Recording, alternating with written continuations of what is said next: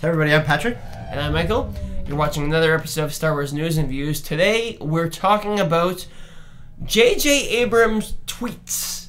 I wonder if they have like celebrity, professional writers for their tweets. You know, like they hire people to write down. Well, George things. Takei has a whole team for his Facebook page, yeah. You know? I mean, that's his bread and butter these days. Anyway, though, we're not talking about George Takei. We're talking about J.J. Abrams and his Twitter feed.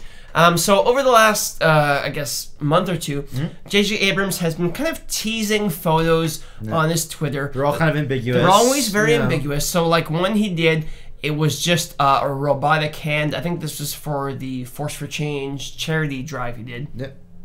And this came out right after news of the Inquisitors leak, and how one of them may be a cyborg. And there was also that rumor about Luke's severed hand, but obviously it's not. It's like a robot hand, right? Like he had like a normal fleshed hand, right? So it's not like Anakin Skywalker in Episode 2 where he had this creepy robot. And anyway, though, but he did have. I don't think that's anything. I think it's just a prop they had. Yeah, I mean they're doing all animatronics, so it could be anything realistically. And there's also the question. Well, it's not at this point. It's not a question. We know the Empire's still around. Just confirmed.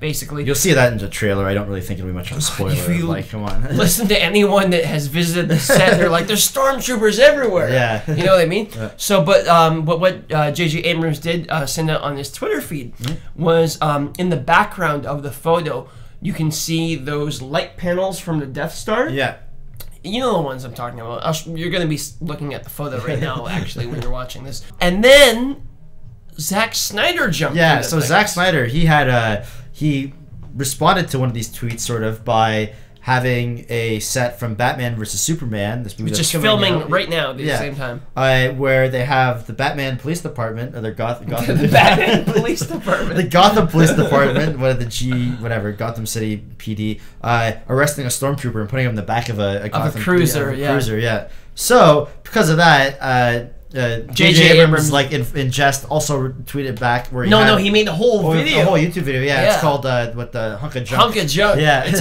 on Bad YouTube. Robot.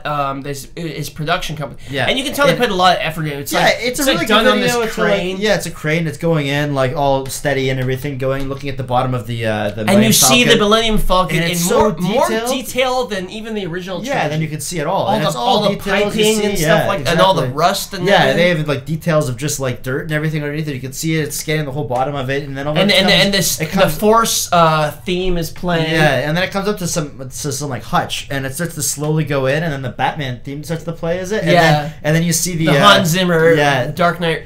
Dark Knight theme, and then you see the Batman tumbler in like a tan sort of color at the bottom of it, like a small miniature one, and it zooms in, and he's like, playing back to what's his name?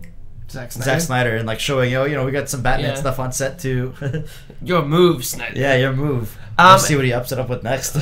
So that's kind of an interesting sort of little back and forth they have going on there. The other thing is that Zack Snyder's actually been kind of rumored to having been wanting to get in on not 7, 8, and 9, because the spin-offs. The spin-offs. Because obviously he has a very singular style. He would not fit in with 7, 8, and 9, where you have to be a little bit more restrained. And at least follow some sort of like pattern with the other ones and stuff. He doesn't do that at all. But for the spin-offs, it's like anything goes. And so I think maybe this is his way of like announcing his sort of interest and like building a connection like Zack Synder to Star Wars. There was talks about doing a Seven Samurai version of like a spin-off anyway, so maybe he'll do that sort of like a la 300-esque, where they have like seven Jedi fighting against the huge war or something. And I'm actually a fairly big fan of Zack Synder. His stuff is kind of hit and miss, but like Dawn of the Dead was really good. I went into that movie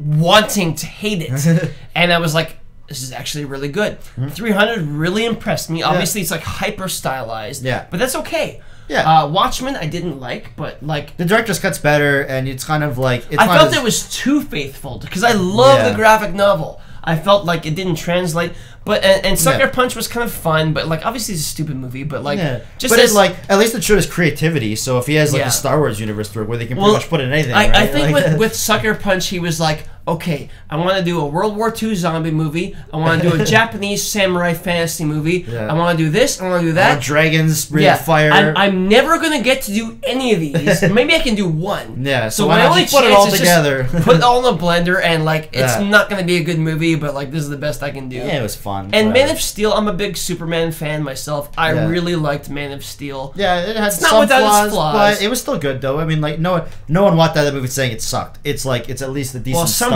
Some people did, but like, come on. Yeah.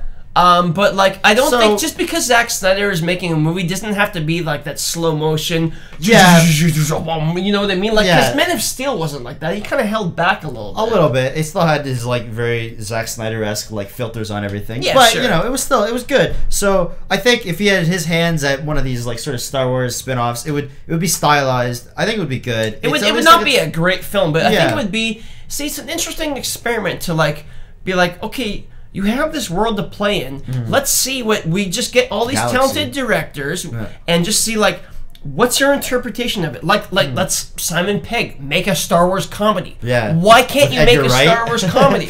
You know what I mean? Because like I'm always reminded of the original Star Trek series.